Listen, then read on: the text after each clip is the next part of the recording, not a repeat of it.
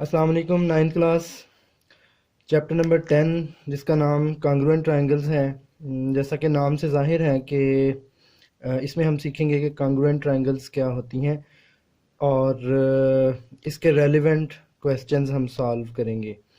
तो smart syllabus में आपके लिए जो इसके क्वेश्चंस हैं वो रिव्यू एक्सरसाइज 10 है। रिव्यू एक्सरसाइज 10 हम सॉल्व करेंगे और अभी हम ये देखते हैं कि कांग्रुएंसी क्या चीज़ होती है, यानी ये जो वर्ड है कांग्रुएंट, ये जो की टर्म है इसका क्या मतलब होगा। यानी ग्रामेटिकली अगर देखें तो इसका मतलब होता है आइडेंटिकल। और शेप्स और फिगर्स की जब हम बात करें तो हम कहेंगे एक जैसी शेप्स, एक जैसी फिगर्स, अलाइक, या फिर हम कह सकते हैं कि मैचिंग, मैचिंग, एक जैसी फिगर्स। और इसमें दो ट्रायंगल्स की ज़ाहिर है, दो या दो से ज़्यादा ट्रायंगल्स की बात करेंगे। तो ट्रायंगल्स कब कॉन्ग्रुएंट होगी, आइए देखते हैं। ये दो ट्रायंगल्स मैंने ड्रा की हैं। ये आलमोस्ट सिमिलर नज़र आ रही हैं, यानी एक जैसी नज़र आ रही हैं। सिमिलर तो नहीं हम कहेंगे, सिमिलर एक अलग टर्म है और एक अलग डेफिनेशन है। सिमिलर ट्रायंगल्स ये इन्हें हम नहीं कहेंगे जी। तो कॉन्ग्रुएंसी की जब हम बात करते हैं तो ये भी मैं आपको बता चुका हूँ ऑलरेडी 9 चैप्टर में, इससे पहले भी जब कभी डिस्कशन हुई कि ट्रायंगल के टोटल 6 कंपोनेंट्स होते हैं। तो इन 6 कंपोनेंट्स से ट्रायंगल बनती है। यानी यहाँ पे अगर हम देखें तो ये angle A, angle B, angle C, तीन तो एंगल हो गए और तीन इसकी साइड्स, टोटल 6 कंपोनेंट्स होते हैं। तो हम जब किसी भी ट्रायंगल को कॉन्ग्रुएंट प्रूव करें तो हमने उसकी 6 कॉरेस्पॉन्डेंसेस चेक करनी है। तो आप देखें कि ये कब कॉन्ग्रुएंट होंगी, इसकी जगह वाला एंगल अगर इसके कॉन्ग्रुएंट हो, यानी एंगल डी के कॉन्ग्रुएंट है। यानी ये जो दो ट्रायंगल्स हैं, अगर हम कहें कि अगर हम इनकी कॉन्ग्रुएंसी की बात करें, ट्रायंगल ए बी सी के बारे में हम कहें कि ये कॉन्ग्रुएंट है ट्रायंगल डी ई एफ के, तो ये किस सूरत में कॉन्ग्रुएंट होगी। अगर एंगल ए जो कि कॉरस्पॉन्ड करता है एंगल डी को, ये कॉन्ग्रुएंट होगा। एंगल बी जो कि कॉरस्पॉन्ड करता है एंगल ई को, ये कॉन्ग्रुएंट होगा। और इसी तरह एंगल सी जो कि कॉरस्पॉन्ड करता है एंगल एफ को, ये कॉन्ग्रुएंट होगा। इसी तरह इनकी जो तीन साइड्स हैं, यानी अगर हम देखें ए बी साइड की जो कॉन्ग्रुएंट साइड है वो डी ई है, ना कि डी एफ। डी एफ को हम नहीं कहेंगे कि वो ए बी की कॉन्ग्रुएंट साइड है, जबकि डी एफ जो है वो तो ए सी की कॉन्ग्रुएंट साइड है। इसी तरह हम देखेंगे उसकी जगह वाली जो है वो उसके कॉरस्पॉन्डेंस उसके कॉरस्पॉन्डिंग है। तो हम ये भी बात करेंगे साइड्स में भी कि कॉन्ग्रुएंसी इन साइड्स में जब हम कहेंगे तो ए बी जो है ना वो कॉन्ग्रुएंट है डी ई के, और बी सी कॉन्ग्रुएंट है ई एफ के। इसी तरह ए सी कॉन्ग्रुएंट है डी एफ के। तो ये तीन एंगल्स और तीन साइड, टोटल 6 कंपोनेंट्स जो है इसकी कॉन्ग्रुएंसी अगर पाई जाएगी किसी दो ट्रायंगल्स में या दो से ज़्यादा ट्रायंगल्स में, तो उन ट्रायंगल्स को हम कहेंगे कि triangles are congruent, triangles are identical, alike. और इससे इसके अलावा अब इस चैप्टर में यानी जो मेन इसका थीम है वो यही है। तो इसके रेलिवेंट अब हम क्वेश्चंस करते हैं जी। कॉन्ग्रुएंट ट्रायंगल्स की डेफिनेशन तो आपने समझ ली। मैंने ये भी बताया था कि सिमिलर ट्रायंगल एक अलग टॉपिक है, और दो ट्रायंगल अगर कॉन्ग्रुएंट हों तो ये ज़रूरी नहीं होगा कि वो सिमिलर भी हों। सिमिलर ट्रायंगल्स कब होंगी, अगर कोई दो ट्रायंगल एक जैसी हों, कोई दो ट्रायंगल्स ऐसी हों कि एक जैसी हों, लेकिन अगर इसका साइज़ मैं बड़ा कर दूं बट इनके एंगल सेम हों, इनके एंगल सेम हो, यानी एंगल्स में सिमिलर होती हैं और इनकी साइड्स में जो है ना रेशो सेम होती है, यानी रेशो इनकी सेम है but they can be in different sizes, one can be greater and other can be smaller. तो सिमिलर ट्रायंगल्स की डेफिनेशन भी लर्न कर लें कि two triangles will be similar triangles if there lies ratio between their sides and angles are identical. तो congruent angle के case में angles भी आइडेंटिकल होना ज़रूरी है और साइड्स भी आइडेंटिकल होना, एक जैसी मेजरमेंट होना ज़रूरी है, जबकि सिमिलर में एंगल्स आइडेंटिकल होना ज़रूरी है, यानी एंगल सेम होने चाहिए। जैसे लेट्स सपोज ये 60 का है, ये लेट्स सपोज 70 का है, और इसी तरह टोटल जो है ना 180 बनना चाहिए। तो फिर ये एंगल भी 60 का होगा और इनकी मेजरमेंट भी सेम होगी। तो आई होप आप इस कॉन्सेप्ट को समझ गए हैं। आइए अब इसके रेलिवेंट क्वेश्चंस करते हैं।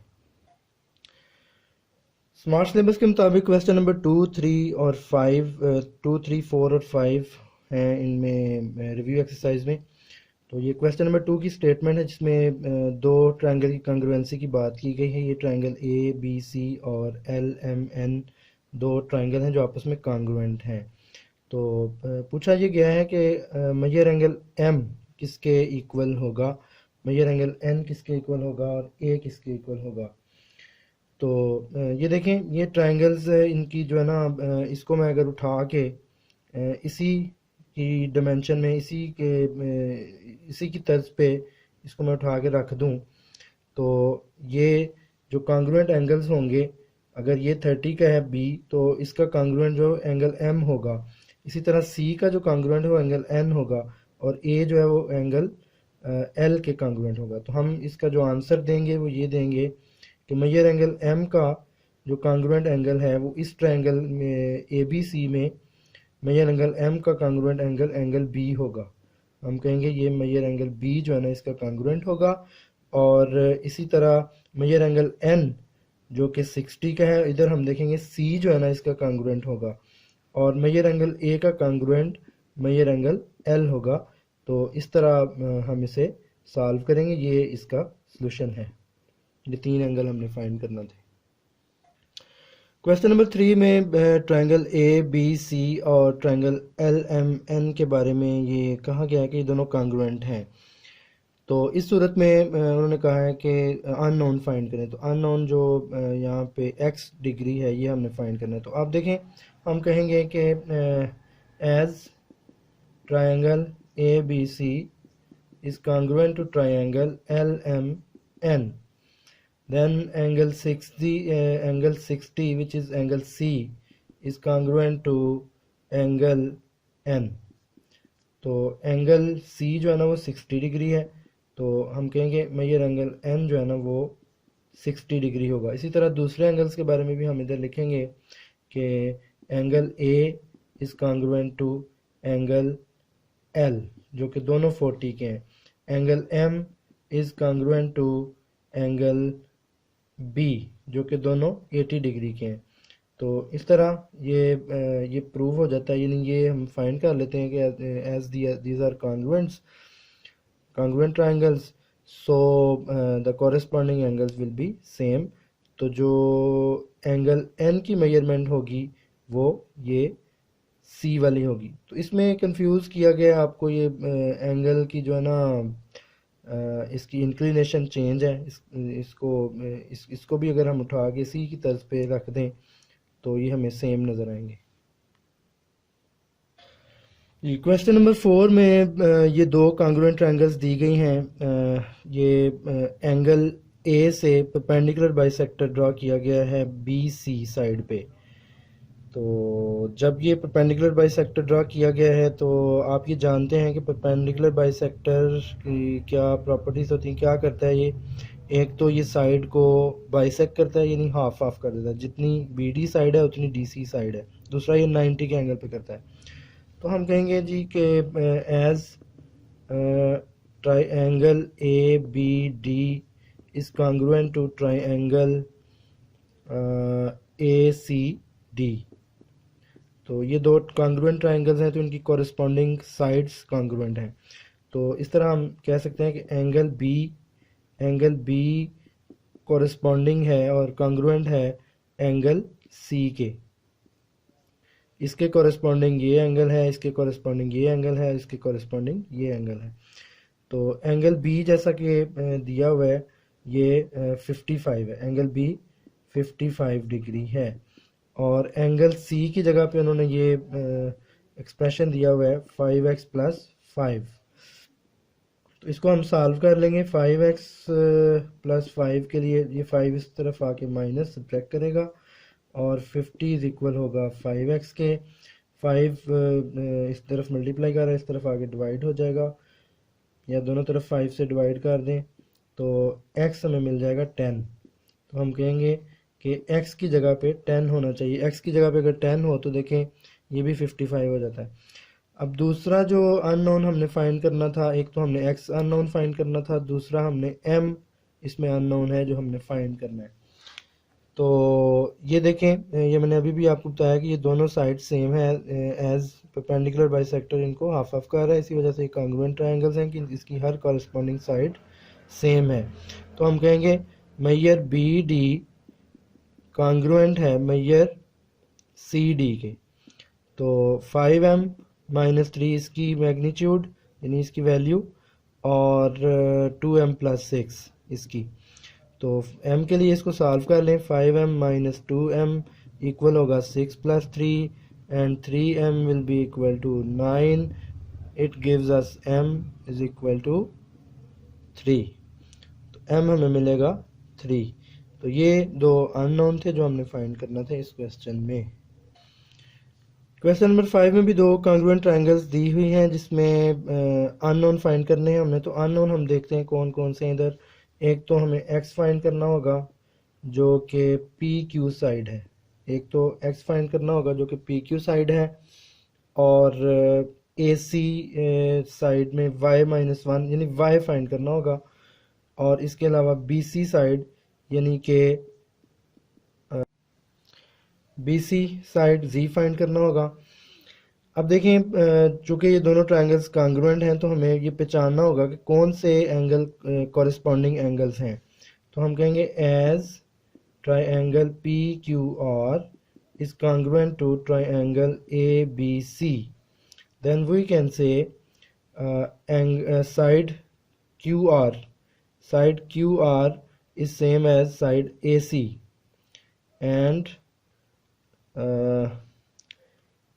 ये देखें कि ये बेस है, ये परपेंडिकुलर है, ये हाइपोटेनस है। इसी तरह इधर देखें कि इधर मैं लिख देता हूँ, ये बेस है,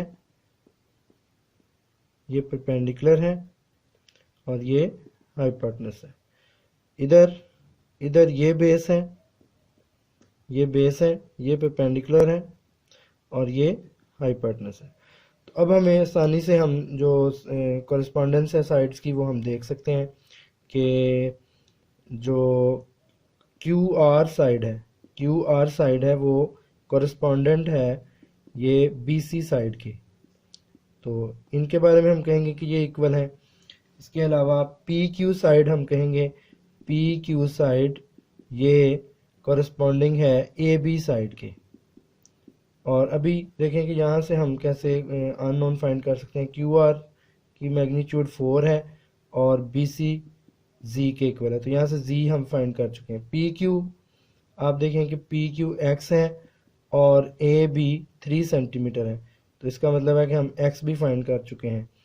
तो अभी तक हम दो अननोन फाइंड कर चुके हैं। वाई के लिए हम क्या करें, वाई के लिए हम ये जो दोनों हाइपोटेनस हैं इनको हम लिखेंगे Q R is congruent to A C. तो अब देखें कि क्यू आर की जो मैग्नीट्यूड है वो 4 है और ए सी वाई माइनस 1 है। तो यहाँ से जब हम इसे y के लिए सॉल्व करते हैं तो y हमें मिलता है 5। इस तरह अब तक हम तमाम अननोन्स फाइंड कर चुके हैं, x भी फाइंड कर चुके हैं, y भी फाइंड कर चुके हैं, और z भी फाइंड कर चुके हैं। रिव्यू एक्सरसाइज 11 के स्मार्ट सिलेबस के अकॉर्डिंग आपके क्वेश्चंस हैं question number 2, 3 and 6। Question number 2 की जो स्टेटमेंट है इसमें एक पैरेललोग्राम दी गई है, जैसा कि इस चैप्टर का नाम है पैरेललोग्राम एंड ट्रायंगल्स। तो पैरेललोग्राम के जो डायगोनल की वजह से जो अल्टरनेट एंगल्स बनते हैं एक तो इस कॉन्सेप्ट को हमें समझना होगा। दूसरा, पैरेललोग्राम कैसी शेप होती है जिसकी दो लेंथ कॉन्ग्रुएंट हों और दो विड्थ कॉन्ग्रुएंट हों, और एडजेसेंट साइड के जो एंगल्स हैं वो 90 डिग्री ना हों। अगर एडजेसेंट साइड के एंगल्स 90 डिग्री हो जाएं तो वो रेक्टेंगल होगी। रेक्टेंगल में और पैरेललोग्राम में ये फ़र्क है कि इसमें भी दो लेंथ सेम होती हैं और दो विड्थ सेम होती हैं, बट एडजेसेंट एंगल्स 90 के होते हैं। तो ये फ़र्क है इन दोनों में। अच्छा जी, अब इसमें जो कॉन्सेप्ट है ये ऑल्टरनेट एंगल्स का, ये दो पैरेलल अगर लाइंस हों, अगर मैं इनको इस तरह क्रॉस किसी लाइन से इंटरसेक्ट करूं और इतने ही एंगल पे एक और क्रॉस हो, ज़ाहिर है पैरेललोग्राम में यही होता है कि ये एंगल जो होते हैं ये एक फिक्स रेशो में होते हैं। तो इसकी वजह से अल्टरनेट एंगल्स बनते हैं, यानी ये एंगल आपस में अल्टरनेट होते हैं। इसको इसको मैं अगर कह लूँ एंगल 1, इसको कह लूँ एंगल 2, और इसको कह लूँ एंगल 3, एंगल 4, इस तरह। तो इसकी टर्मिनोलॉजी को समझने के लिए यहाँ पे इस क्वेश्चन में जो बेस्ट वे है, सबसे पहली बात तो हम जानते हैं कि दोनों लेंथ एक दूसरे के कॉन्ग्रुएंट है, यानी मेजर ए बी जो है ये कॉन्ग्रुएंट है मेजर डी सी के, तो यहाँ पे ये कॉन्ग्रुएंसी का सिंबल आएगा। इसी तरह ए डी जो विड्थ है वो कॉन्ग्रुएंट है बी सी के, तो यहाँ पे भी कॉन्ग्रुएंट का सिंबल। मेजर एंगल 1, जो मेजर एंगल 1 है उस जैसा कौन सा एंगल बन रहा है, तो इसको समझने के लिए ये इस पैरेललोग्राम को अगर मैं उठा के इस तरह रोटेट कर दूं, यानी इसको अगर मैं इस तरह घुमा दूं, तो आप देखेंगे कि ये जो मेजर एंगल 3 है ये मेजर एंगल 1 की जगह ले रहा है, यानी ये और ये एंगल सेम है। अगर आप गौर करें तो ये अल्टरनेट एंगल्स की जो ज्योमेट्री होती है उसके मुताबिक हम ये कह सकते हैं कि एंगल 1 और एंगल 3 सेम है, एंगल 1 और एंगल 3 सेम है। तो यहाँ पे हम कहेंगे जी एंगल 1 जो है ना ये कॉन्ग्रुएंट है मेजर एंगल 3 के। इसी तरह आप देखें एंगल 2 और एंगल 4 कॉन्ग्रुएंट है। अगर मैं इसको रोटेट कर दूं, तो मैं उल्टा दूं, तो इसकी जो पोजीशन है वो 4 ले लेगा, तो हम कहेंगे जी measure angle 2 is congruent to measure angle 4। तो ये था आपका first question.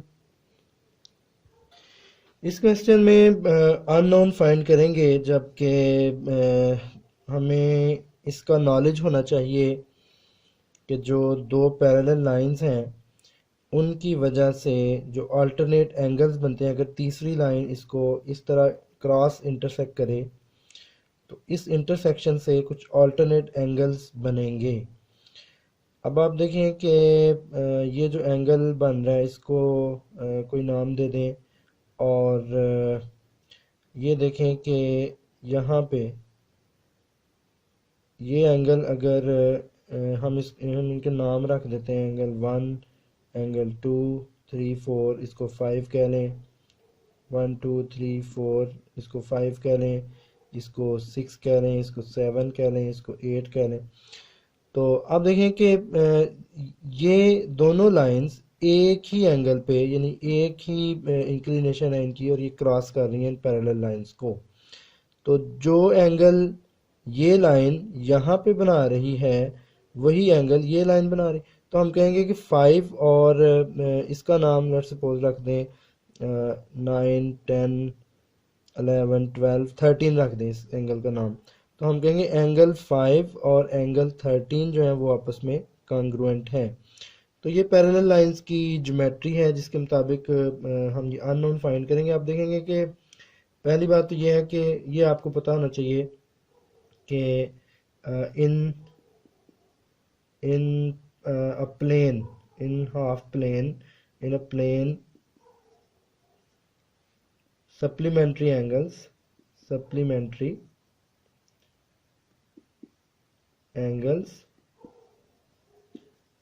180 degree, supplementary angles का सम 180 डिग्री होता है।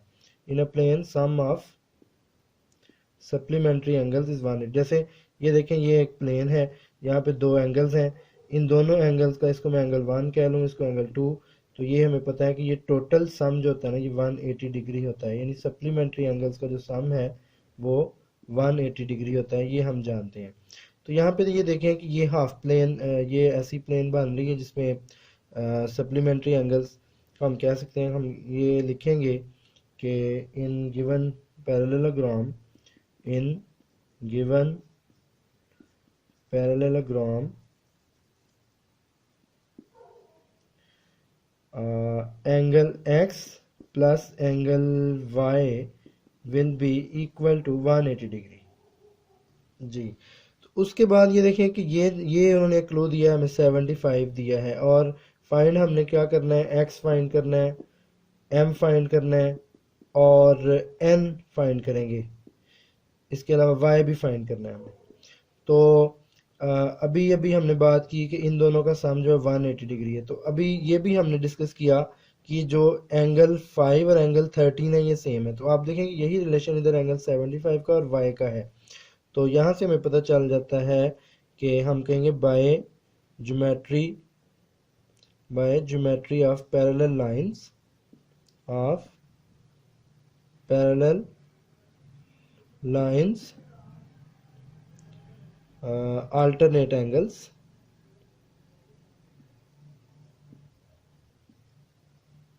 जी, जब थर्ड लाइन इंटरसेक्ट करे तो अल्टरनेट एंगल्स में हम ये बात कर सकते हैं कि ये जो एंगल 75 है it will be congruent to angle y। तो यहाँ से हमें ये भी पता चल गया कि y की वैल्यू क्या होगी, y 75 होगा। तो यहाँ पे y की वैल्यू हम पुट कर देते हैं, तो हम कहेंगे x प्लस 75 इज इक्वल 180। तो इसको सॉल्व कर लें, x इक्वल होगा 180 माइनस 75 जो कि 105 होगा। तो यहाँ से ये हमें पता चल गया कि x जो है वो 105 है। पिछले क्वेश्चन में आपको याद होगा हमने रोटेट करके ये समझा था, अगर मैं इसको रोटेट करूं तो एंगल x जो है वो एंगल m की जगह ले लेगा। तो ये दोनों आपस में कॉन्ग्रुएंट एंगल्स हैं, ये दोनों एंगल्स आपस में कॉन्ग्रुएंट हैं। इसी तरह ये दोनों एंगल्स भी आपस में कॉन्ग्रुएंट हैं क्योंकि कॉरेस्पॉन्डिंग एंगल्स हैं। हम ये भी इधर लिखेंगे as 75 degree is congruent to angle ये जो n डिग्री है। तो यहाँ से हम कहेंगे कि n जो है ना वो 75 होगा, और ये भी हम फाइंड कर चुके कि x जो है ना हम कहेंगे as x is equal to 105, और ये जो एंगल x है ये कॉन्ग्रुएंट है एंगल m के। तो यहाँ से हम कह सकते हैं फिर एंगल m भी 105 होगा। तो इस तरह हम इस क्वेश्चन को सॉल्व करेंगे। इस क्वेश्चन में हमें कहा गया है कि एक पैरेललोग्राम है जिसके एंगल्स अपोजिट एंगल्स का सम 110 है। तो आप देखें ये 55 डिग्री, ये भी 55, दोनों कॉन्ग्रुएंट एंगल्स हैं।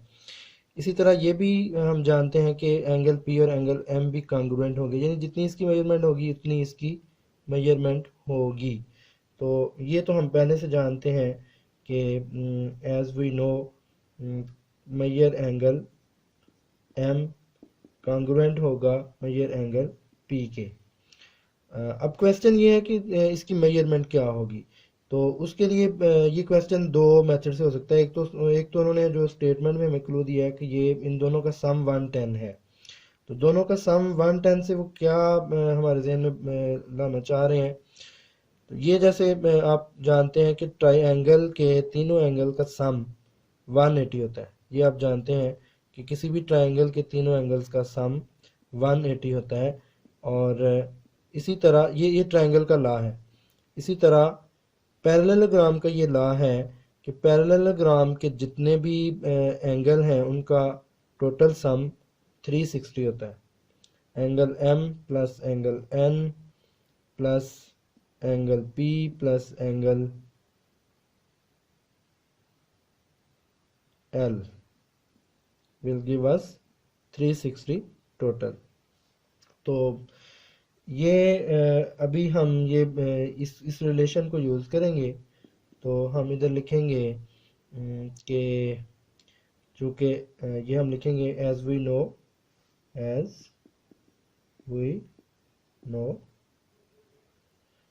एंगल M जो है ये कॉन्ग्रुएंट है एंगल P के, और angle M plus angle L plus angle N plus angle P gives us 360 degree. Angle M की मेजरमेंट हम नहीं जानते, एंगल एल 55 है, एंगल एन भी 55 है और एंगल पी की मेजरमेंट हमें नहीं मालूम। तो ये देखें, ये सम भी उन्होंने दिया हुआ है कि इनका सम 110 है। तो हम कहेंगे L M angle M plus angle P plus 110 is equal 360। तो angle M plus angle P is equal 360 minus 110।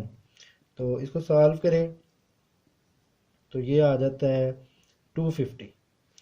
तो ये देखें, ये जो इक्वेशन नंबर 1 में हमने बात की कि ये दोनों एंगल्स एक दूसरे के इक्वल हैं, यानी एंगल एम की जगह पे हम एंगल पी पुट कर सकते हैं और एंगल पी की जगह पे हम एंगल एम पुट कर सकते हैं। तो यहाँ पे मैं ये पुट करता हूँ मेजर एंगल, ये हमारे पास रिलेशन है measure angle M plus measure angle P is equal 250। तो मेजर एंगल एम की जगह पे मेजर एंगल पी पुट कर सकते हैं क्योंकि ये दोनों इक्वल हैं। तो हम कहेंगे measure angle P plus measure angle P, यानी एंगल एम की जगह पे मैंने उसकी वैल्यू यहाँ से पुट कर दी। तो ये दो सेम टर्म्स हों तो ये टू एंगल पी हो जाएंगे। तो 2 उधर जाके डिवाइड, तो measure angle P is equal हो जाएगा 250/2 जो कि हमें 125 देता है। तो इसका मतलब है अगर मेजर एंगल पी 125 है तो एम उसके इक्वल है, तो दोनों एंगल 125 के इक्वल होंगे, 125 डिग्री। रिव्यू एक्सरसाइज 12 के जो क्वेश्चंस हैं स्मार्ट सिलेबस के अकॉर्डिंग वो क्वेश्चन नंबर 4 और 5 हैं और इसमें जो कॉन्सेप्ट है वो इक्विलेटरल ट्रायंगल के लिहाज से हम देखेंगे कि इन एंगल्स की मेजरमेंट क्या है। तो इक्विलेटरल ट्रायंगल क्या होती है, एक ऐसी ट्रायंगल है जिसमें तमाम एंगल्स सेम होते हैं, यानी एंगल्स सेम होते हैं और एंगल सेम होने की वजह से साइड्स भी सेम होती हैं। यानी इक्विलेटरल ट्रायंगल एक ऐसी ट्रायंगल है जिसकी सारी साइड्स मेजरमेंट में सेम मेजरमेंट हो। तो ये तभी मुमकिन है अगर एंगल भी सेम हो। तो ये कैसे होगा, हम कहेंगे कि वी नो दैट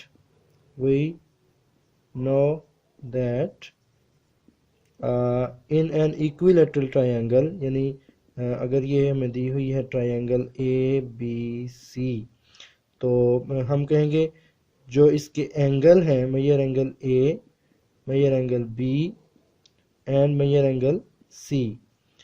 एक तो हम ये जानते हैं कि कोई भी ट्रायंगल हो उसके एंगल का सम 180 होता है, और एक बात हम ये जानते हैं इक्विलेटरल ट्रायंगल के लिए उसके एंगल्स आपस में सेम होंगे, कॉन्ग्रुएंट होंगे, एंगल की मेजरमेंट सेम होगी यानी कॉन्ग्रुएंट होंगे। तो यहाँ से जब हम कहेंगे कि मेजर एंगल ए बी के इक्वल है, अभी हम ये नहीं जानते कि इन एंगल की मेजरमेंट क्या है।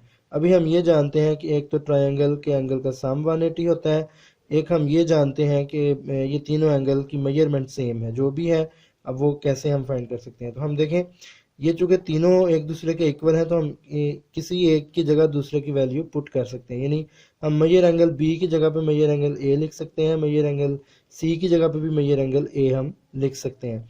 तो अगर मैं यहाँ पे वैल्यूज़ पुट करूँ, इसको हम कह लें इक्वेशन नंबर 1, तो यहाँ से मैं वैल्यूज़ पुट करूँ, बी की जगह पे भी मैं एक पुट कर दूँ, इसकी जगह पे भी मेजर एंगल ए पुट कर दूँ क्योंकि ये इक्वल है, सी की जगह पे भी मेजर एंगल ए पुट कर दूँ, तो ये हमें मिल जाता है 3 measure angle A is equal 180 degree.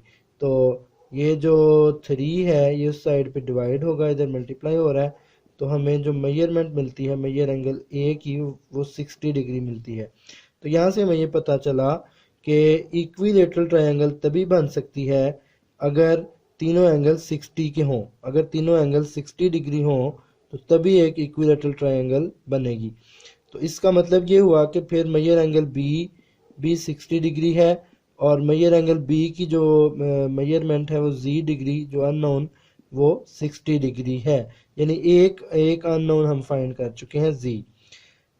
अब दूसरी बात जो यहाँ से हमें मिलता है, क्लू मिलता है कि हम कहेंगे कि as A D is perpendicular bisector, तो बाइसेक्टर होने की वजह से ये इस एंगल को हाफ हाफ कर रहा है। हम कहेंगे एज मेजर एंगल ए, ये हमें पता चल चुका है कि ये 60 का है। और जो ए डी है, ए डी ये एंगल बाइसेक्टर है, परपेंडिकुलर बाइसेक्टर है बी सी के ऊपर। तो यहाँ से ये शो हो रहा है कि ये इन दोनों एंगल को हाफ हाफ कर रहा है, यानी जितना ये एंगल उतना ये एंगल, यानी एंगल एक्स इक्वल है एंगल वाई के। तो यहाँ से हम ये कह सकते हैं कि 60 डिग्री के एंगल को दो हिस्सों में तकसीम किया गया, तो दोनों जो एक्स और वाई हैं दोनों मिलके 60 बन रहे हैं ना। एंगल एक्स और एंगल वाई दोनों मिलके मेजर एंगल ए बना रहे हैं। तो मेजर एंगल ए की जगह पे हम लिखते हैं 60। और इन ये हमें पता है कि दोनों की जो मैग्नीट्यूड है सेम है, जितना एंगल एक्स है उतना एंगल वाई है। तो angle X equal angle Y है, तो इन दोनों की जगह पे एक दूसरे की वैल्यू पुट की जा सकती है। तो हम कह सकते हैं angle x plus angle x, यानी एंगल वाई की जगह पे हम एंगल एक्स पुट कर सकते हैं। तो यहाँ से ये हम कह सकते हैं 2 angle x is equal 60 and angle x is equal 60/2। तो एंगल एक्स अगर 30 है तो फिर एंगल वाई भी 30 है। तो इस तरह ये तीनों अननोन हम फाइंड कर चुके हैं। क्वेश्चन नंबर 5 में हमें कॉन्ग्रुएंट ट्रायंगल्स दी गई हैं। ये एक ट्रायंगल है, इसके अंदर ये इसकी साइड्स हैं और ये परपेंडिकुलर बाइसेक्टर ड्रा किया गया है साइड एम एन पे एंगल एल से। तो इस तरह ये दो कॉन्ग्रुएंट ट्रायंगल्स बनती हैं, एक एल एम ओ और एक एल एन ओ। तो हमने ये दो अननोन फाइंड करने हैं, एक एक्स की वैल्यू फाइंड करना होगी और एक एम की वैल्यू फाइंड करना होगी। तो हम देखते हैं कि जैसा कि ये दो ट्रायंगल्स कॉन्ग्रुएंट हैं, triangle L M O is congruent to triangle L N O, तो इनकी हर कॉरेस्पॉन्डिंग साइड और एंगल भी फिर कॉन्ग्रुएंट होगा। तो फिर हम कह सकते हैं कि एल एम जो है वो एल एन के कॉन्ग्रुएंट है और ओ एम जो है वो ओ एन के कॉन्ग्रुएंट है। तो इस तरह हम लिखते हैं O M side is equal congruent identical to O N side. तो ये जो ओ एम साइड है ये एम है जो हमें फाइंड करना है और ओ एन साइड की मैग्नीट्यूड 12 है। तो यहाँ से ये हम एम फाइंड कर चुके हैं जी। एक्स के लिए हम क्या कहेंगे, जैसा कि ये दोनों साइड्स एल एम कॉन्ग्रुएंट हैं एल एन और एल एम, तो हम कह सकते हैं कि एल एम की जो मेजरमेंट है 2x+6 है और एल एन की 18 है। तो यहाँ से x हमें मिल सकता है, x हमें मिल सकता है 6। हम कहेंगे x की मेजरमेंट 6 है। तो इस तरह हमने x और m दोनों फाइंड कर लिए और ये रिव्यू एक्सरसाइज 12 भी कंप्लीट हुई। जैसा कि इस चैप्टर का नाम था line bisectors and angle bisectors, तो ये चैप्टर भी कंप्लीट हुआ। रिव्यू एक्सरसाइज 13 के जो क्वेश्चंस हैं आपके सिलेबस में क्वेश्चन नंबर 2, 3, 4 एंड 5 हैं। और इस चैप्टर का नाम जैसा कि आप जानते हैं sides and angles of triangles, sides and angles of triangles. तो इस पे हम काम करेंगे। इसके बारे में कुछ बेसिक बातें आप जान लें कि एक तो ये बात है कि ट्रायंगल फॉर्म करने के लिए जो ट्रायंगल के कुछ लॉज हैं वो जान लें कि ट्रायंगल की कोई दो साइड का sum A B plus B C will always be greater than the third side. एक तो ये लॉ है ट्रायंगल फार्मूलेट करने के लिए, बनाने के लिए। दूसरा ये है कि ट्रायंगल की कोई दो साइड का अगर हम डिफरेंस ले लें, अगर हम एक तो ये बात की ना हमने कि कोई दो साइड का अगर सम लें तो वो ग्रेटर होगा थर्ड साइड से, यानी अगर हम ए बी प्लस ए सी करें तो वो बी सी से ग्रेटर होगा। अगर हम ए सी प्लस बी सी करें तो वो ए बी से ग्रेटर होगा। इसी तरह एक और बात ये समझ लें कि कोई दो साइड का अगर हम डिफरेंस लें ए बी माइनस ए सी लें तो वो लेस होगा थर्ड साइड से बी सी से। तो इस तरह कोई दो साइड का अगर हम डिफरेंस लें तो थर्ड साइड से लेस होगा। इसी तरह कोई दो साइड का अगर हम सम लें तो वो थर्ड साइड से ग्रेटर होगा। इसके अलावा और भी बातें हैं कि किसी भी ट्रायंगल में जो ग्रेटर एंगल होता है, लेट्स सपोज ये 90 का एंगल है, ग्रेटर एंगल के अपोजिट जो साइड होती है वो भी ग्रेटर होती है। इसी तरह इक्विलेटरल ट्रायंगल्स के केस में जहाँ सारी साइड इक्वल हों, उसमें ये पहले भी हम डिस्कस कर चुके हैं कि 60 का एंगल होता है। इक्विलेटरल ट्रायंगल के तीनों एंगल 60 डिग्री के होते हैं। और इसी तरह जो आइसोसेलेस ट्रायंगल है, आइसोसेलेस ट्रायंगल जैसा कि आप जानते हैं इसकी दो साइड इक्वल होती हैं। तो दो साइड तभी इक्वल होंगी अगर दो एंगल 45 के होंगे। तो इसके लिए ये ज़रूरी है कि दो एंगल 45 के होते हैं। तो चलें बाकी बातें होती रहेंगी। अभी ये देखें क्वेश्चन नंबर 2 की जो स्टेटमेंट है, इसमें ये पूछा हुआ है कि अगर कोई पॉइंट किसी लाइन के बाहर हो, यानी लाइन के ऊपर वाक़या ना हो, कोलिनियर ना हो, कोई पॉइंट अगर यहाँ पे है लाइन की किसी आउटसाइड पॉइंट है, लाइन से बाहर है, लेट्स सपोज ये एक लाइन ए बी है। तो पूछा ये गया है कि शार्टेस्ट डिस्टेंस इस लाइन तक, इस पॉइंट का जो शार्टेस्ट डिस्टेंस है उसका एंगल क्या होगा। तो देखें मैं यहाँ से इस पॉइंट से अगर मैं डिफरेंट लाइंस ड्रा करता हूँ, यानी डिस्टेंस देखते हैं हम, अगर हम इस पॉइंट से यहाँ तक का डिस्टेंस देखते हैं, इस पॉइंट से यहाँ तक का डिस्टेंस देखते हैं, यहाँ तक का डिस्टेंस देखते हैं और ये डिस्टेंस देखते हैं, तो स्टूडेंट्स यहाँ से ये साफ जाहिर है कि किसी भी आउटसाइड पॉइंट से किसी लाइन तक का जो शॉर्टेस्ट डिस्टेंस है वो 90 डिग्री के एंगल पे होता है, उसका एंगल 90 डिग्री होता है। तो इसका आंसर ये होगा कि shortest distance for any line from an outside point will have an angle of 90 degree. तो इसका आंसर होगा कि किसी भी आउटसाइड पॉइंट से किसी भी लाइन का जो शॉर्टेस्ट डिस्टेंस है वो 90 डिग्री का एंगल होगा, angle of 90 degree. Question number 3 में हमें 3 साइड्स दी गई हैं और कहा गया है कि अगर ये किसी ट्रायंगल की लेंस हो तो प्रूव ये करना है, वेरीफाई ये करना है कि कोई भी दो साइड्स का अगर हम डिफरेंस लें तो वो तीसरी साइड से कम होगा। तो हम ये पुट करके देखते हैं, मतलब 13 माइनस 12 देखें क्या ये लेस देन 5 आ रहा है, और 13 माइनस 5 देखें क्या ये लेस देन 12 आ रहा है। इसी तरह 12 माइनस 5 देखें क्या ये लेस देन 13 आ रहा है। तो यहाँ पे देखें ये 1 मिलता है हमें, यहाँ पे देखें ये 8 मिलता है हमें, और यहाँ पे 7।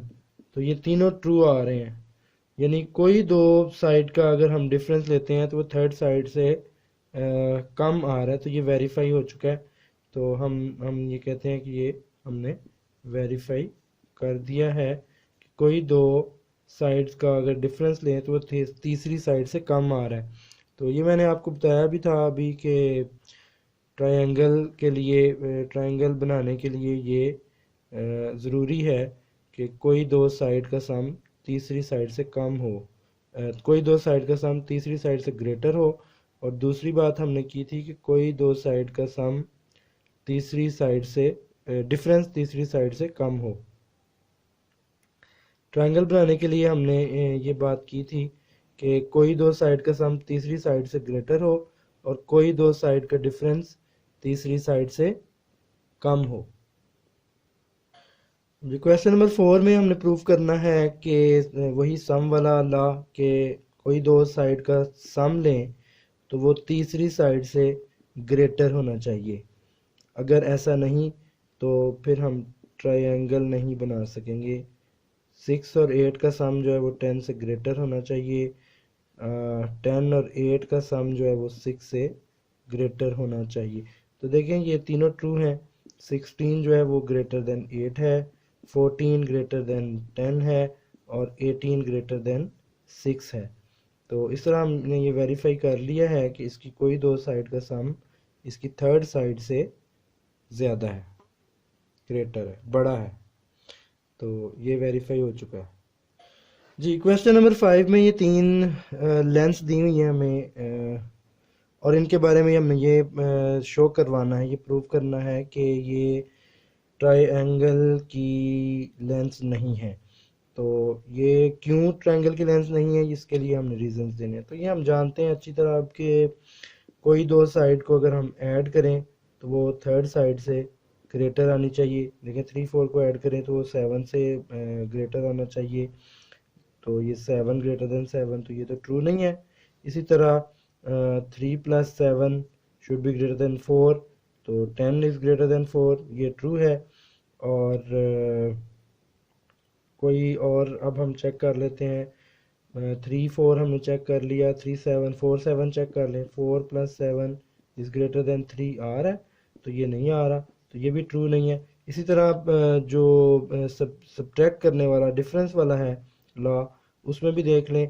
7 - 4 शुड बी लेस देन 3, जो कि ट्रू नहीं है। और 4 - 3 शुड बी लेस देन 7, जो कि ट्रू नहीं है। और इसी तरह 7 - 4 भी हमने कर लिया, 4 - 3 भी कर लिया, 7 - 3 भी चेक कर लें, शुड बी लेस देन 4। तो इस तरह ये प्रूव हो गया कि इस पे जो ट्रायंगल फार्मूलेट करने के लिए, ट्रायंगल बनाने के लिए जो ज़रूरी हमने बातें सीखी हैं वो इस पे पूरी नहीं उतरी। तो इस तरह हम कहेंगे कि as the sum of any two side is not greater than the third side and difference of any two side is not less than third side, that's why this is the given lengths are not are of a triangle.